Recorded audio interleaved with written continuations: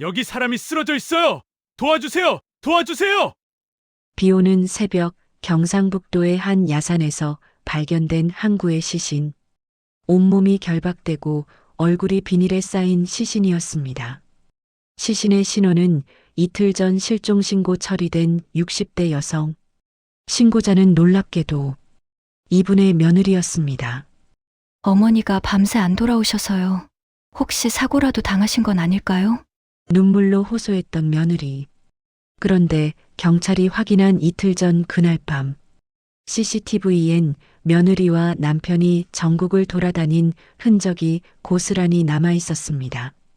그리고 며느리의 방에서 발견된 한 권의 노트. 노트의 마지막 장에는 소름 끼치는 문장 하나. 시어머니가 사라지면 우리 인생 다시 시작되는 거야. 대체 이 평범해 보이는 가족에게 무슨 일이 있었던 걸까요? 며느리는 정말 몰랐던 걸까요? 아니면 왜 65세 시어머니는 손이 묶인 채 산속에 버려져야 했을까요? 지금부터 그 충격적인 진실을 파헤쳐 보겠습니다. 안녕하세요. 여러분들과 함께 삶의 지혜를 나누는 주마등 인생입니다. 여러분의 구독과 좋아요, 알림 설정이 저에게 큰 힘이 됩니다. 오늘은 실화를 바탕으로 각색한 섬뜩한 이야기를 해보려고 합니다. 그럼 이야기 시작하겠습니다. 새벽 5시 알람이 울리기도 전에 김순자는 눈을 뜹니다. 70을 바라보는 나이지만 그녀의 하루는 누구보다 부지런했어요. 오늘도 날씨가 좋네. 창밖을 보며 혼자 중얼거린 순자는 깔끔하게 옷을 갈아입고 시장으로 향합니다. 그녀는 20년 넘게 식당에서 일했어요. 남편이 일찍 세상을 떠난 후 외아들을 키우기 위해 새벽부터 밤늦게까지 일했죠. 손엔 굳은 살이 박이고 허리는 늘 아팠지만 불평 한마디 없었습니다. 순자 씨, 오늘도 일찍 나왔네? 그래야죠. 새벽장이 제일 신선하잖아요. 순자는 장을 보며 500원, 1,000원 아끼는 게 몸에 배어 있었어요. 집에 돌아온 그녀는 통장을 꺼내 들여다봅니다. 1억 2천만 원. 평생 허리띠 졸라매며 모은 돈이었죠. 이 돈이면 태준이네 빚 갚아주고도 남겠지. 순자는 며느리 생각을 하며 한숨을 쉬었습니다. 처음엔 참 착한 줄 알았는데 요즘 며느리의 눈빛이 예전 같지 않았거든요. 그래도 우리 며느리잖아. 도와줘야지. 그녀는 조용히 통장을 서랍 깊숙이 넣어둡니다. 순자가 시장에 나간 사이 며느리 박미연은 시댁 방문을 열고 들어갔습니다.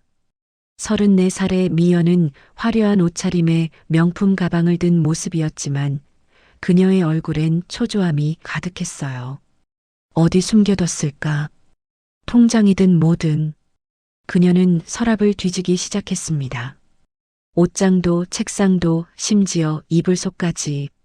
이렇게 검소하게 사시면서 분명 돈은 많으실 텐데. 미연의 방으로 돌아온 그녀는 자신의 공간을 둘러봤습니다.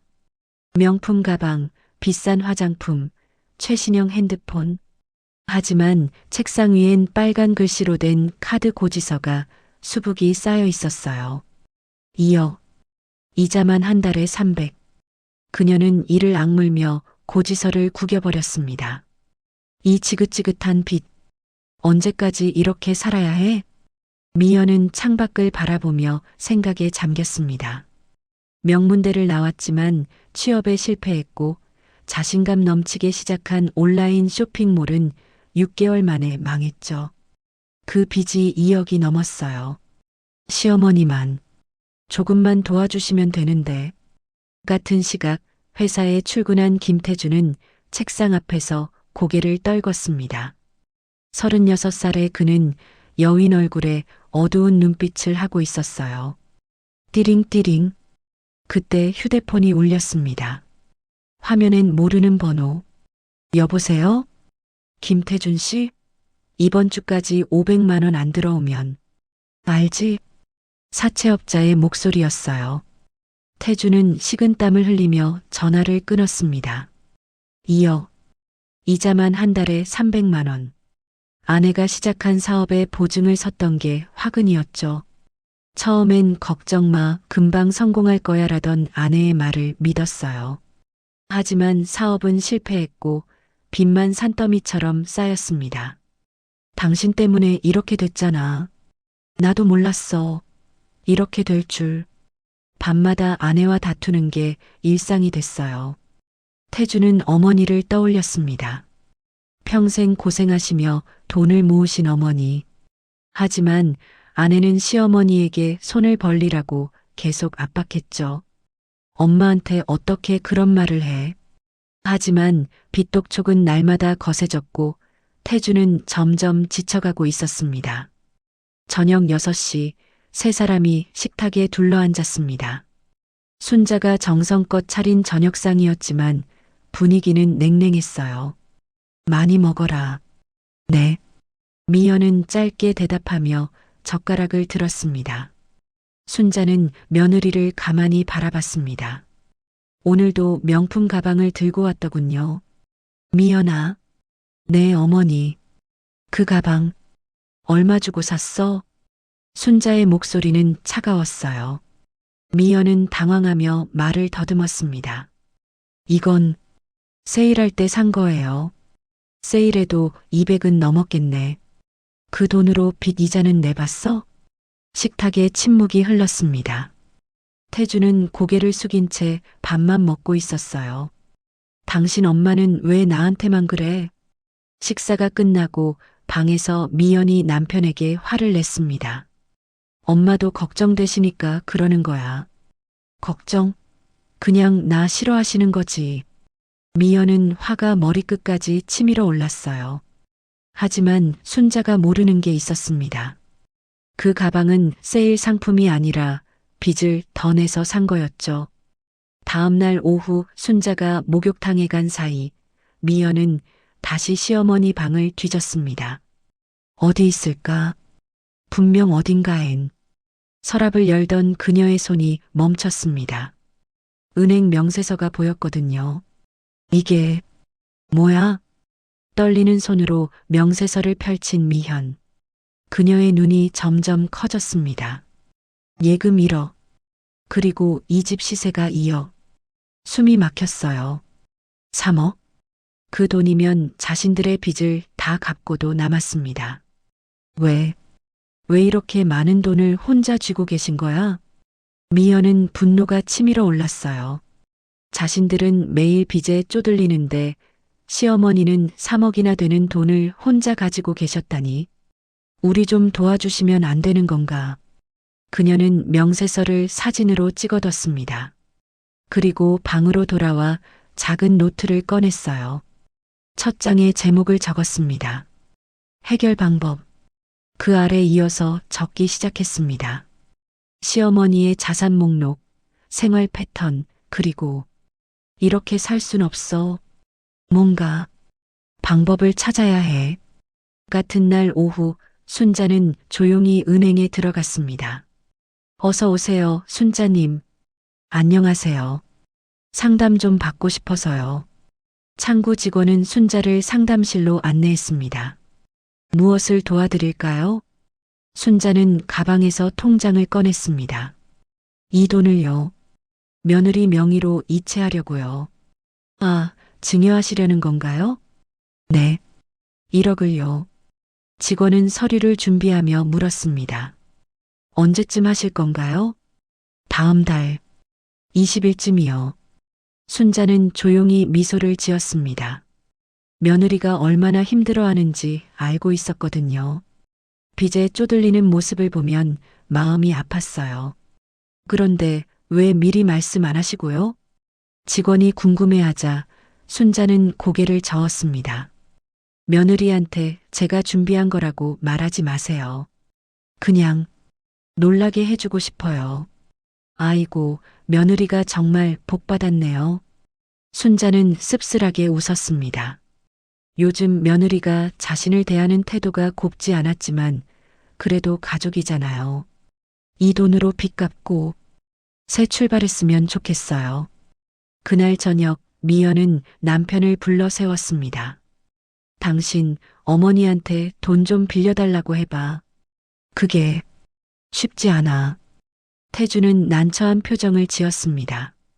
어머니에게 손을 벌리는 건 생각만 해도 부끄러웠거든요. 뭐가 어려워? 어머니 돈이 3억이나 되는데 그걸 어떻게 알아? 내가 봤어. 은행 명세서. 태주는 깜짝 놀랐습니다. 어머니가 그렇게 많은 돈을 가지고 계신 줄 몰랐거든요. 그래도 그건 엄마 평생 모은 돈이야. 그럼 우린 어떻게 해? 이대로 평생 빚쟁이로 살아? 미연의 목소리가 높아졌습니다. 태주는 아무 말도 할 수 없었어요. 그날 밤 미연은 홀로 노트를 펼쳤습니다. 도와주실 생각이 없으시니까 다른 방법을 찾아야겠어. 그녀는 노트에 무언가를 적기 시작했습니다. 시어머니의 일상, 외출 시간, 그리고 가능한 날짜라는 항목까지. 일주일이 지났습니다. 미연의 노트는 점점 두꺼워지고 있었어요. 시어머니에 대한 모든 정보가 빼곡히 적혀 있었죠. 어머니는 매주 수요일 저녁 목욕탕에 가시고 토요일엔 시장 보시고. 그녀는 노트를 보며 계산했습니다. 기회는 언제가 좋을까? 그때 남편이 방문을 열고 들어왔어요. 뭐해? 미연은 재빨리 노트를 숨겼습니다. 아무것도 아니야. 그냥 가계부 정리. 태주는 의심스러운 눈빛으로 아내를 바라봤습니다. 요즘 아내가 이상했거든요. 당신 무슨 생각하는 거야? 생각? 우리가 어떻게 이 빚에서 벗어날까 생각하는 거지. 미연은 남편의 눈을 똑바로 봤습니다. 오늘 밤 얘기 좀 해야겠어. 중요한 거. 태주는 불안한 예감이 들었지만 고개를 끄덕일 수밖에 없었습니다. 밤 11시 순자가 잠든 후 미연은 남편을 거실로 불러냈어요. 무슨 얘긴데 이렇게 늦게? 태준이 피곤한 목소리로 묻자 미연은 진지한 표정으로 말했습니다. 우리 이대로 평생 살 거야? 무슨 소리야? 빈말이야. 2억. 매달 300만 원씩 이자만 내고 언제까지 이렇게 살 건데? 미연의 목소리는 절박했어요. 태주는 한숨을 쉬었습니다. 그것도 매일 고민하는 문제였거든요. 그래도 어쩔 수 없잖아. 열심히 일해서 갚아야지. 열심히? 당신 월급이 얼마야? 400? 그걸로 빚 갚으려면 10년도 넘게 걸려. 미연은 남편의 손을 잡았습니다. 어머니가 우리를 조금만 도와주시면 정말 새 출발할 수 있어. 태주는 고개를 저었습니다. 엄마한테 그런 얘기 하지 마. 그건 엄마가 평생 모은 돈이야. 평생 모은 돈? 그게 뭐가 중요해? 우린 당장 내일 사채업자한테 쫓겨날 판인데. 둘의 목소리가 점점 커졌어요. 쉿, 엄마 깨면 어때? 어차피 우리 사정 다 아시잖아. 미연은 눈물을 글썽이며 말했습니다. 난 정말 이 지긋지긋한 빚에서 벗어나고 싶어. 다음 날 오전 10시 태주는 회사 화장실에 숨어 있었어요. 띠링띠링. 또 전화가 왔습니다. 사채업자였죠. 김태준 씨, 도망 다니지 말고 전화 받아요. 여보세요. 이번 주까지 500만 원. 못 구하면 회사로 찾아갈 거예요. 조금만 기다려주세요. 제발. 기다려. 벌써 3개월째 기다렸어요. 이번이 마지막이에요. 전화가 끊겼습니다. 태주는 변기에 주저앉아 머리를 감쌌어요. 이렇게 살 순 없어. 정말. 퇴근길 그는 소주를 한 병 사서 공원 벤치에 앉았습니다. 엄마, 미안해요. 술을 마시며 혼자 중얼거리는 태준. 어머니가 고생하시며 자신을 키우신 게 눈앞에 아른거렸어요. 하지만 난 정말 힘들어. 밤 9시가 넘어서야 비틀거리며 집에 도착한 태준을 미연이 부축했습니다. 또 술 마셨어? 미안하긴. 들어가. 미연은 남편을 침대에 눕혔어요. 취한 남편을 침대에 눕힌 미연은 그 옆에 조용히 앉았습니다. 당신, 응? 당신만 봐. 매일 이렇게 망가져가잖아. 미연의 목소리는 부드러웠어요. 우리가 이렇게 된 게 당신 잘못도 내 잘못도 아니야. 다만 운이 없었을 뿐이지. 근데 어머니는 혼자 3억을 쥐고 계시잖아. 우리한테 1억만 빌려주셔도 되는데. 태주는 눈을 감은 채 아무 말이 없었습니다. 당신 매일 술 마시고 전화 피하고 이러다 정말 큰일 날 것 같아. 나 무서워. 미연은 남편의 손을 잡았습니다. 한 번만 더 어머니한테 부탁해봐. 응? 엄마는 안 될 거야. 해보지도 않고 어떻게 알아? 미연은 남편의 어깨를 토닥였어요. 우리 가족 아니야? 가족끼리 도와야지. 태주는 대답 없이 고개를 돌렸습니다. 하지만 그의 마음속엔 조금씩 아내의 말이 스며들고 있었어요. 이틀 후 저녁, 미연은 용기를 냈습니다. 어머니, 말씀 좀 드려도 될까요? 그래, 뭔데? 순자는 설거지를 하다 멈췄어요. 저희가 정말 힘들어서 그러는데요. 미연은 조심스럽게 말을 꺼냈습니다. 빚이 너무 많아서 어머니께서 조금만 도와주시면. 순자의 표정이 점점 굳어졌어요. 얼마나 필요한데? 1억이면 빚을 다 갚을 수 있어요. 1억? 순자는 한숨을 쉬었습니다. 미연아, 그 빚은 내가 만든 거잖니. 사업한다고 무리하게 대출받아서. 하지만 어머니, 내가 벌인 일은 내가 책임져야지. 당연한 거 아니야? 순자의 목소리는 단호했어요. 그리고 그 돈은 내 노후 자금이야. 내가 평생 허리띠 졸라매고 모은 돈이라고. 저희가 갚아드릴게요. 이자 포함해서 다. 됐어. 이 얘긴 다시 꺼내지 마. 순자는 다시 설거지를 시작했습니다. 미연은 부들부들 떨리는 손으로 방으로 들어갔어요. 방문을 닫은 미연은 노트를 꺼내 거칠게 펼쳤습니다. 대화는 불가능. 다른 방법 필요. 펜을 잡은 손에 힘이 들어갔습니다. 어머니가 사라지면 그 돈은 자동으로 남편 거잖아. 미연은 숨을 몰아쉬며 적었어요. 유일한 해결책. 다음 날 그녀는 대형마트에 갔습니다.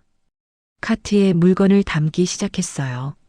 락스, 청테이프, 장갑, 큰 비닐봉투, 포장용 끈. 이 정도면 되겠지. 계산대를 지나며 그녀는 평온한 표정을 지었습니다. 마치 일상적인 장을 보는 것처럼요. 하지만 CCTV는 그녀의 모든 움직임을 기록하고 있었습니다. 집에 돌아온 미연은 물건들을 자기 방 옷장 깊숙이 숨겼어요. 준비는 끝났어. 그녀는 노트 마지막 장에 적었습니다. 디데이 7일. 일주일 후, 며칠 후, 태주는 아내가 외출한 사이 방을 정리하다가 노트를 발견했습니다. 이게 뭐지? 호기심에 펼쳐본 노트. 그런데 거기엔 충격적인 내용들이 적혀 있었어요. 시어머니 일상 패턴, 자산 목록 3억, 해결 방법, 그리고 마지막 페이지, 단계별 계획, 1단계 준비물 구매 완료, 2단계 장소 물색, 3단계 실행. 태준의 얼굴이 하얗게 질렸습니다. 이건 설마. 그때 현관문이 열리는 소리. 미연이 돌아온 거예요. 태준은 서둘러 노트를 제자리에 놓고 거실로 나갔습니다. 왔어? 응. 태준은 아내의 얼굴을 제대로 볼 수가 없었어요. 머릿속이 복잡했거든요. 설마. 정말 그럴 리가. 하지만 그날 밤 사채업자한테서 또 전화가 왔어요. 내일까지 1,000만 원. 못 구하면 진짜 끝이에요. 전화를 끄는 태주는 책상 위에 빚 독촉장들을 봤습니다. 산더미처럼 쌓인 고지서들. 그는 눈을 감아버렸어요. 다음 날 저녁 순자는 아들을 따로 불렀습니다. 태준아, 엄마가 할 말이 있어. 네, 엄마. 둘은 순자의 방에 마주 앉았어요. 내 아내 말이야. 순자는 신중하게 말을 꺼냈습니다. 요즘 뭔가 이상해. 눈빛이 예전 같지 않아. 무슨 말씀이세요? 엄마 눈엔 다 보여. 내 돈을 노리고 있어. 그 사람. 태주는 어머니의 말에 움찔했습니다. 엄마, 아내는 그런 사람 아니에요. 태준아. 순자는 아들의 손을 잡았어요. 엄마가 너 키우느라 고생한 거 알지? 그 돈은 정말 소중한 거야. 함부로 쓸 수 없어. 알아요, 엄마. 하지만 순자는 잠시 망설이다 말했습니다. 너희 빚, 엄마가 도와줄 생각은 있었어. 다만 내 아내가 좀 더 달라지길 바랐는데. 엄마, 조금만 기다려봐. 알았지? 태주는 고개를 끄덕였지만 마음은 더욱 복잡해졌습니다. 그날 밤 미연은 남편을 마주 앉혔어요. 결정해야 해. 뭘? 우리 인생을 계속 이렇게 살 건지 아니면. 미연은 남편의 눈을 똑바로 봤습니다. 나 혼자서라도 할 거야. 당신은 그냥 모른 척만 해줘. 무슨 소리야? 태준이 화를 내자 미연은 차분히 말했습니다. 당신도 알잖아. 다른 방법이 없다는 거. 하지만 그건 우리 엄마야. 라고 말하고 싶어? 그럼 빚은? 사채업자는? 우리 인생은? 미연의 목소리가 떨렸어요. 난 이대로 무너지긴 싫어. 당신도 마찬가지잖아. 태주는 대답할 수 없었어요. 정말로 다른 방법이 없었거든요. 일주일 뒤 수요일 밤 미연은 남편의 침묵을 동의로 받아들였습니다. 그날 밤 그녀는 노트 마지막 장을 넘겼습니다. 디데이 3일. 운명의 날이 다가오고 있었습니다. 수요일 아침 미연은 평소보다 밝은 얼굴로 시어머니에게 다가갔습니다. 어머니, 오늘 저녁에 시간 되세요? 왜? 순자는 의아한 표정으로 물었어요. 제가 맛있는 거 사드리고 싶어서요. 같이 외식해요. 외식? 네. 요즘 제가 어머니한테 섭섭하게 굴었잖아요. 화해하고 싶어요. 미연의 목소리는 진심처럼 들렸어요. 순자는 며느리의 얼굴을 가만히 봤습니다. 정말 반성하는 것 같았거든요. 그래. 우리 며느리가 효도하네. 6시에 나갈게요. 준비해 주세요. 미연은 방으로 들어가 남편에게 메시지를 보냈습니다. 오늘 저녁 6시. 차 준비해도. 태주는 회사에서 메시지를 보고 온몸이 떨렸어요. 오늘이구나. 그는 화장실로 달려가 구토를 했습니다. 이러면 안 되는데. 하지만 이미 되돌릴 수 없었어요. 저녁 6시 정각, 세 사람은 차에 탔습니다. 운전석엔 태준, 조수석엔 미현, 뒷자리엔 순자가 앉았어요. 어디 가는 거야? 경북에 맛있는 식당이 있대요. 거기 가려고요. 경북? 그렇게 멀리? 순자는 조금 의아했지만 며느리가 호의를 베푸는 게 고마워 더 묻지 않았습니다. 차는 고속도로에 진입했어요. 핸들을 잡은 태준의 손은 떨리고 있었어요. 백미러로 어머니를 보니 편안한 얼굴로 창밖을 보고 계셨죠. 엄마, 죄송해요. 조수석의 미연은 핸드폰으로 경로를 확인했습니다. 인적 없는 산길로 가는 길이었어요. 얼마나 더 가야 해? 순자가 묻자 미연은 대답했습니다. 1시간 정도요. 조금만 참으세요. 차는 어둠 속으로 계속 달려갔어요. 톨게이트를 지나고 주유소를 지나고 점점 더 깊은 산속으로. CCTV는 그들의 차량 번호를 하나하나 기록하고 있었습니다. 차가 고속도로를 벗어나 좁은 산길로 접어들었습니다. 순자는 점점 불안해지기 시작했어요. 여기가 맞아? 식당이 이런 데 있어? 네, 숨은 맛집이래요. 미연의 대답은 차가웠어요. 너무 깊숙이 들어가는 것 같은데. 순자는 창밖을 봤습니다. 가로등도 없고 인가도 보이지 않았어요. 태준아, 여기 맞니? 아들에게 묻지만 태준은 대답이 없었습니다. 그저 핸들만 꽉 쥐고 있었죠. 야, 너희들. 순자는 뭔가 이상함을 느꼈습니다. 왜 대답을 안 해? 차 세워. 하지만 차는 멈추지 않고 더 깊은 곳으로 향했어요. 차 세우라고. 순자는 소리를 지르기 시작했어요. 본능적으로 위험을 감지한 거죠. 미연은 뒤돌아보며 차갑게 조금만 더 가면 돼요, 어머니. 그 미소에 순자는 온몸에 소름이 돋았습니다. 차가 완전히 멈췄습니다. 주변은 칠흑 같은 어둠뿐이었어요. 여기가 어딘데? 너희 지금 뭐 하는 거야? 순자는 문을 열려고 했지만 차일드락이 걸려 있었어요. 열어. 당장 열어. 그때 미연이 뒷자리로 넘어왔습니다. 어머니. 뭐야? 비켜. 죄송해요. 정말 죄송해요. 미연의 손엔 검정 천이 들려 있었어요. 이 미친. 순자는 비명을 지르기 시작했습니다. 태준아. 하지만 아들은 핸들을 잡은 채 고개를 떨구고 있었어요. 엄마, 미안해요. 정말 미안해요. 그의 목소리는 떨리고 있었죠. 내가 내 아들이야? 이 자식아. 순자의 절규가 차 안을 울렸습니다. 엄마. 하지만 미연의 손은 멈추지 않았어요. 차 안에선 격렬한 몸부림이 일어났고 그리고 점점 조용해졌습니다. 시간이 얼마나 흘렀을까요? 차 안엔 무거운 침묵만 흐르고 있었어요. 태주는 핸들에 얼굴을 묻은 채 흐느끼고 있었습니다.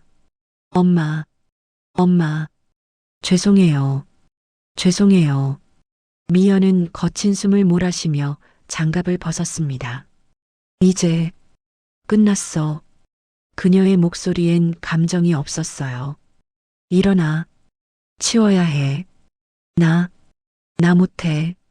태주는 고개를 들지 못했습니다. 지금 무너질 시간 없어. 일어나라고. 미연의 차가운 명령에 태주는 떨리는 몸을 일으켰어요. 뒷자리엔 순자가 조용히 누워 있었습니다. 눈을 감은 채로 엄마. 태주는 어머니의 손을 잡았습니다. 아직 따뜻했어요. 이제 움직여. 우리 시간 없어. 미연은 준비해온 비닐과 끈을 꺼냈습니다. 둘은 떨리는 손으로 시신을 처리하기 시작했어요. 밤은 깊어가고 산속엔 아무도 없었습니다. 모든 것이 끝났을 때 두 사람은 차 안에 앉아 있었어요. 미연은 손을 씻으며 생각했습니다. 이제 3억은 우리 거야. 빚을 갚고 새로 시작할 수 있어. 하지만 태주는 달랐어요. 나 지옥 가는 거야. 정신 차려. 지금 그런 소리 할 때야? 엄마를 죽였어. 태주는 자책에 빠졌습니다. 우린 선택의 여지가 없었어. 알잖아. 미연은 차갑게 말하지만 그녀의 손도 떨리고 있었어요. 이제 여기서 나가자. 어디로? 일단 집으로. 아무 일도 없었던 것처럼. 두 사람은 다시 차에 시동을 걸었습니다. 오는 길은 갈 때와 달랐어요. 뒷자리가 비어 있었거든요. 고속도로 톨게이트를 지나고 주유소를 지나고 다시 서울로. 모든 CCTV가 그들을 지켜보고 있었습니다. 산속 깊은 곳, 인적 없는 숲. 두 사람은 손전등을 켜고 걸었습니다. 여기쯤이면 아무도 못 찾겠지. 미연은 주변을 살폈어요. 엄마, 엄마. 태주는 무릎을 꿇고 흐느꼈습니다. 조용히 해. 혹시 누가 들으면 어떡해. 미연이 다그치자 태주는 입을 막았습니다. 둘은 정해진 곳에 시신을 내려놓았어요. 돌아가자. 엄마, 여기. 이렇게. 지금 감상에 젖을 때야? 빨리 가. 그때 빗방울이 떨어지기 시작했습니다. 비가 와. 다행이야. 흔적을 지워줄 거야. 미연은 하늘을 올려다봤습니다. 빗속에서 두 사람은 서둘러 산을 내려왔어요. 뒤돌아보지 않고 그저 앞으로만. 하지만 그들이 남긴 흔적은 너무나 많았습니다. 새벽 3시 집에 도착한 부부. 미연은 바로 샤워를 했습니다. 뜨거운 물이 온몸을 적시지만 죄책감은 씻겨 내려가지 않았어요. 이제 시작이야. 3억? 우리 거야.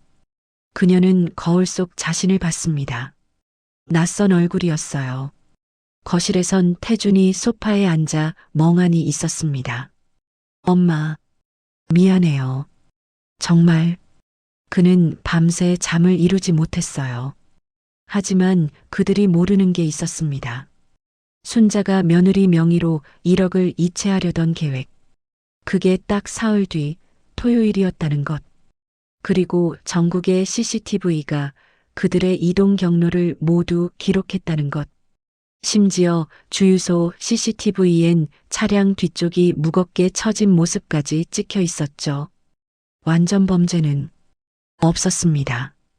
이틀이 지난 금요일 오전, 미연은 경찰서에 실종 신고를 하러 갔습니다.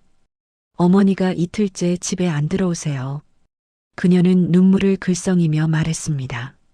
수요일 저녁에 외출하신다고 하시고는 그 뒤로 연락이 안 돼요. 담당 형사는 신고서를 받으며 물었습니다. 어머님이 평소에도 외출을 자주 하시나요? 아니요. 항상 저녁엔 집에 계셨어요. 이렇게 연락 없이 안 오신 적은 한 번도 없었어요. 혹시 다른 가족이나 친구 집에 계실 가능성은요? 전화 다 해봤는데 아무도 못 봤대요. 미연의 연기는 완벽했어요. 진짜 걱정하는 며느리처럼 보였거든요. 알겠습니다. 조사해 보겠습니다. 형사는 순자의 사진과 정보를 받았습니다. 미연은 경찰서를 나오며 생각했어요. 이제 적당한 시간이 지나면 사망 처리될 거야. 그럼 유산은 자동으로. 하지만 그녀는 몰랐습니다. 형사가 이미 의심의 눈초리로 그녀를 보고 있었다는 것을.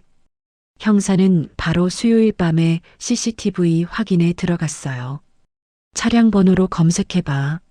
네, 형사님. 컴퓨터 화면에 차량 이동 경로가 나타나기 시작했습니다.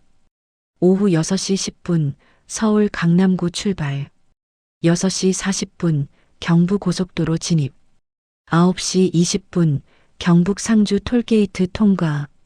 형사는 지도를 펼쳐놓고 경로를 표시했어요. 이상하네. 실종 신고한 사람이 며느리인데. 네. 그날 밤 며느리 부부가 경북까지 갔다 왔어.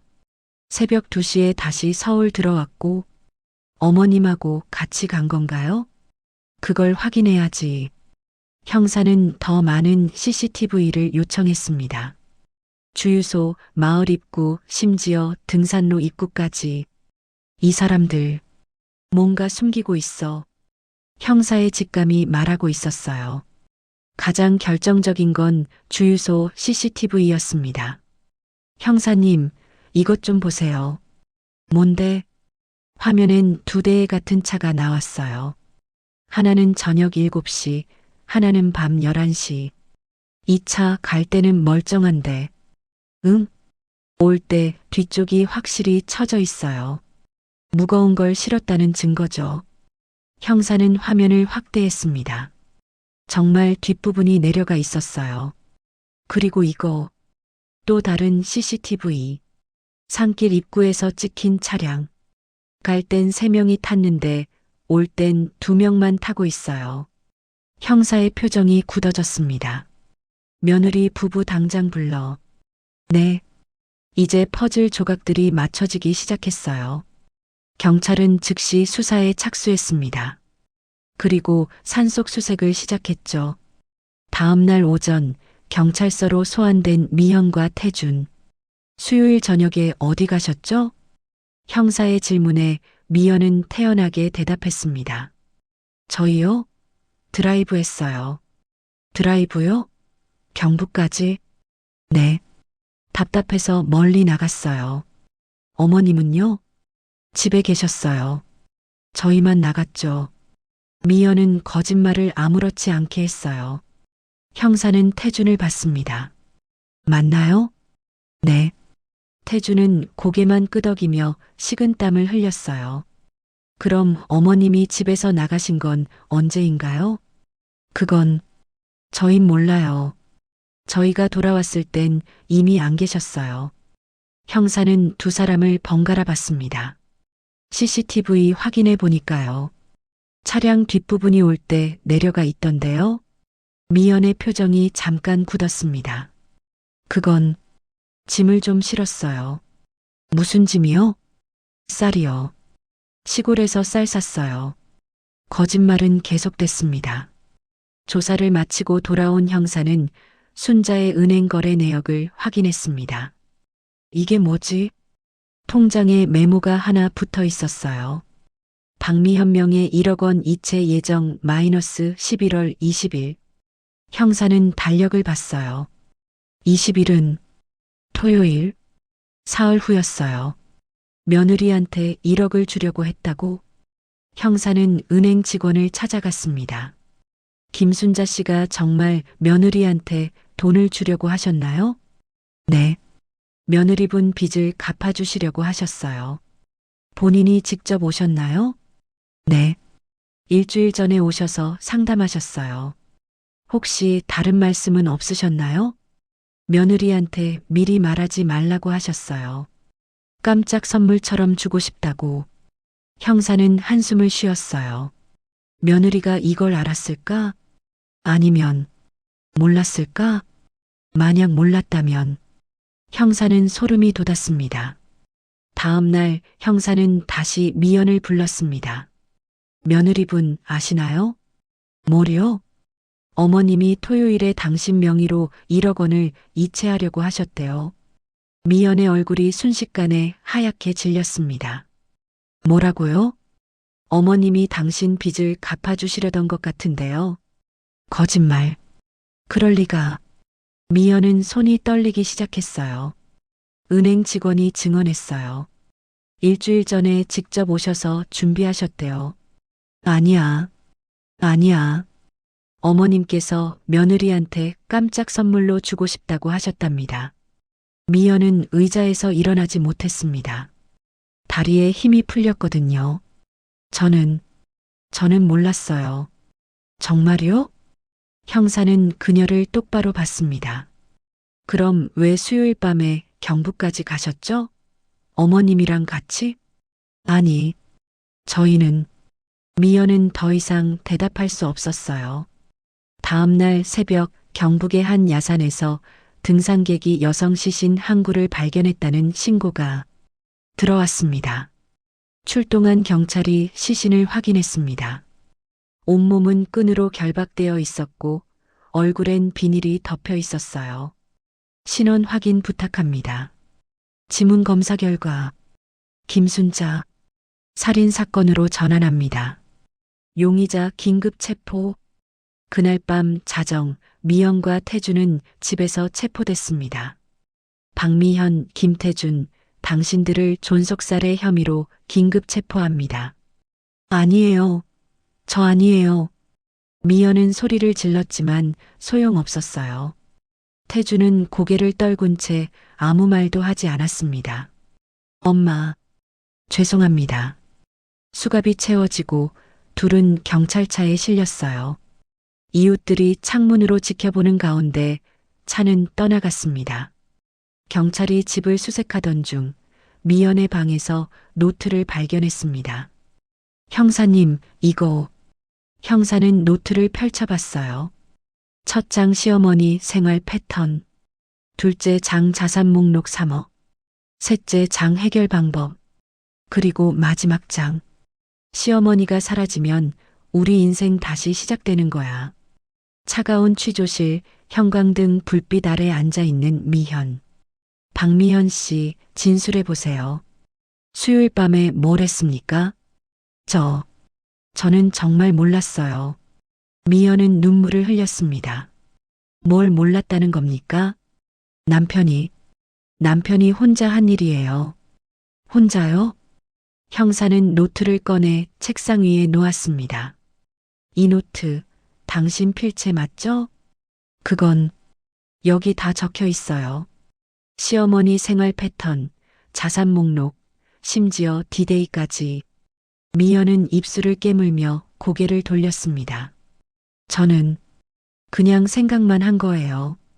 실제로 할 생각은 없었어요. 생각만? 그럼 마트에서 락스랑 테이프 산 건요? 그건 휴대폰 검색 기록도 있어요. 시신 6기, 완전 범죄. 이것도 생각만 한 겁니까? 미연은 더 이상 대답할 수 없었어요. 옆 취조실에선 태준이 조사받고 있었습니다. 김태준 씨, 솔직하게 말하세요. 태준은 고개를 떨군 채 아무 말이 없었어요. 형사는 태준 앞에 어머니의 사진을 놓았습니다. 어머님이에요. 평생 당신을 키우신 분. 태준의 눈에서 눈물이 흘렀습니다. 어머님이 당신 앞에 계신다고 생각하고 말해보세요. 무슨 일이 있었는지. 죄송합니다. 태준은 떨리는 목소리로 말하기 시작했어요. 제가 나쁜 자식이에요.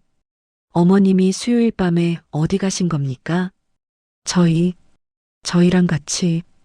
태준은 고개를 들지 못했습니다. 아내가 계획했어요.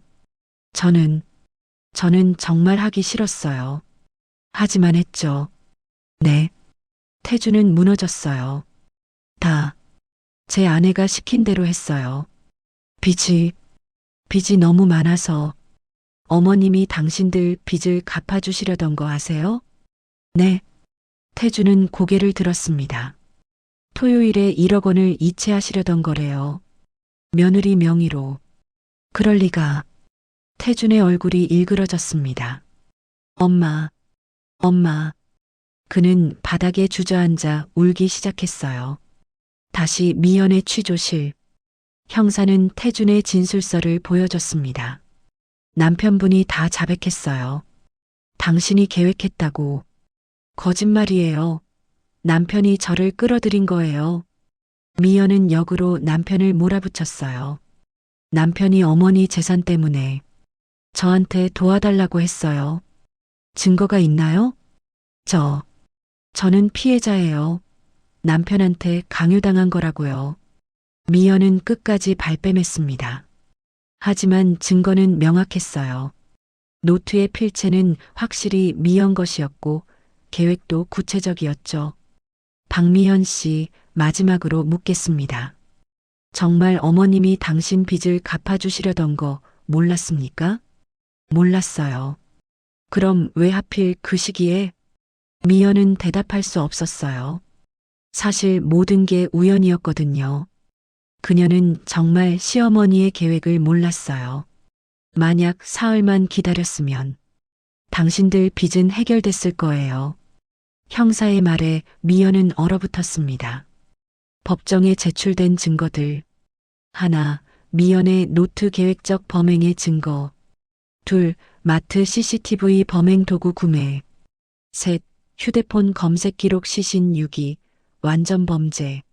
넷, 차량 이동 CCTV 전국을 돌아다닌 경로. 다섯, 주유소 CCTV 무거운 짐을 실은 차량. 여섯, 은행 기록 시어머니의 1억 원 이체 계획. 일곱, 시신 발견 손목에 묶인 끈. 검사는 증거를 하나하나 제시하며 말했습니다. 이것은 명백한 계획적 존속살해입니다. 피고인 박미연은 시어머니의 재산을 노리고 치밀하게 계획했습니다. 피고인 김태준은 이를 방조하고 직접 가담했습니다. 더욱 참혹한 것은 검사는 잠시 멈췄습니다.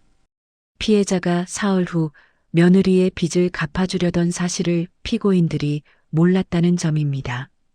만약 단 사흘만 기다렸다면 이 비극은 일어나지 않았을 것입니다.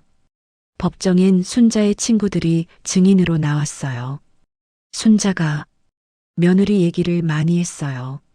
70대 할머니는 눈물을 닦으며 말했습니다. 우리 며느리가 빚이 많아서 힘들어한대. 내가 좀 도와줘야겠어라고. 언제부터 그런 계획을 하셨나요? 한 달 전쯤이요. 은행도 같이 갔었어요. 왜 며느리에게 미리 말씀 안 하셨을까요? 순자가 그러더라고요. 며느리가 요즘 나한테 서운해하는 것 같아. 놀라게 해주고 싶어라고. 방청석에서 흐느끼는 소리가 들렸어요. 은행 직원도 증인으로 나왔습니다. 고객님께서 여러 번 오셨어요. 서류 준비하시면서 혹시 다른 말씀은 없으셨나요? 네. 이 돈으로 며느리가 새 출발했으면 좋겠다. 빚에서 벗어나서 행복했으면 좋겠다고 하셨어요. 미연은 피고인석에서 얼굴을 가렸습니다. 태주는 고개를 떨군 채 눈물을 흘리고 있었어요. 엄마. 검사는 미연을 향해 물었습니다. 피고인 들었습니까? 피해자께서 당신을 얼마나 생각하셨는지. 단 사흘만 기다렸으면 1억 원을 받을 수 있었어요. 하지만 당신은 기다리지 않았죠. 왜입니까? 미연은 대답할 수 없었어요. 욕심 때문 아닙니까? 3억 전부를 원했던 거 아닙니까? 아니에요. 전 정말 몰랐어요. 미연의 목소리는 떨리고 있었어요. 몰랐다고요? 그럼 왜 노트에 시어머니가 사라지면 우리 인생이 다시 시작된다고 적었습니까? 그건 당신은 치밀하게 계획했어요. 디데이 7일, 디데이 3일, 디데이. 카운트다운까지 하면서 검사의 목소리는 차가웠습니다. 그런데 정작 당신이 원하던 돈은 사흘만 기다렸으면 저절로 손에 들어올 뻔했어요. 아니야. 미연은 바닥에 주저앉았습니다. 이게 말이 돼요? 어머니가 정말? 그녀는 현실을 받아들일 수 없었어요. 6개월 후 최종 선고 공판. 판사는 무거운 표정으로 판결문을 읽었습니다. 피고인 박미연, 피고인 김태준. 두 사람은 고개를 숙인 채 서 있었어요.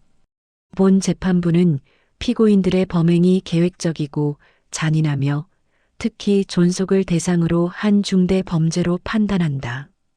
피고인 박미연은 주도적으로 범행을 계획하고 실행했으며 피고인 김태준은 이를 방조하고 직접 가담했다. 다만 피해자가 피고인들의 빚을 갚아주려던 계획을 몰랐다는 점을 고려하되 판사는 잠시 멈춥니다. 이는 정상 참작 사유가 될 수 없다. 따라서 피고인 박미연 살인죄로 무기징역을 선고한다. 미연은 그 자리에서 쓰러졌습니다.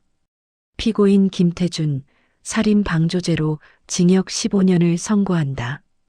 태준은 고개를 떨구고 있었어요. 방청석엔 순자의 친구들이 앉아 눈물을 흘리고 있었습니다. 순자야, 내가 그렇게 며느리를 사랑했는데.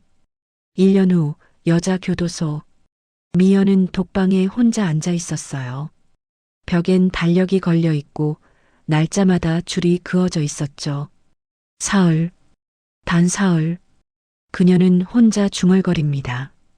내가 사흘만 기다렸으면 1억 원, 빚을 갚고 새 출발할 수 있는 돈. 그게 사흘 후에 자신에게 올 예정이었다는 것. 어머니, 정말 저를. 미연은 무릎을 안고 흐느꼈습니다. 욕심이 눈을 멀게 했고 인내심 없음이 비극을 만들었어요. 남자 교도소, 태준의 독방. 엄마, 죄송해요. 정말 죄송해요. 그는 매일 어머니를 떠올리며 참회했습니다. 엄마가 저를 사랑하셨는데 제가 평생을 죄책감 속에 살아가야 할 두 사람. 김순자 씨는 평생 검소하게 살며 모은 돈으로 며느리의 빚을 갚아주려 했습니다. 하지만 며느리는 단 사흘을 기다리지 못했죠. 욕심은 사람의 눈을 멀게 하고 조급함은 돌이킬 수 없는 선택을 하게 만듭니다. 그리고 인과응보는 반드시 찾아온다는 것. 이 사건이 우리에게 남긴 교훈입니다. 가족의 소중함을 잊지 마세요. 그리고 기다림의 미덕을 기억하세요. 단 사흘만 기다렸다면 이 모든 비극은 일어나지 않았을 테니까요. 고인의 명복을 빕니다. 재미있게 보셨나요? 이 이야기를 보시고 어떤 생각이 드셨나요? 만약 여러분이라면 어떻게 하셨을까요? 인생 선배님들의 삶의 지혜를 들려주세요. 여러분의 소중한 의견을 댓글로 남겨주세요. 모든 댓글 읽어보고 있습니다.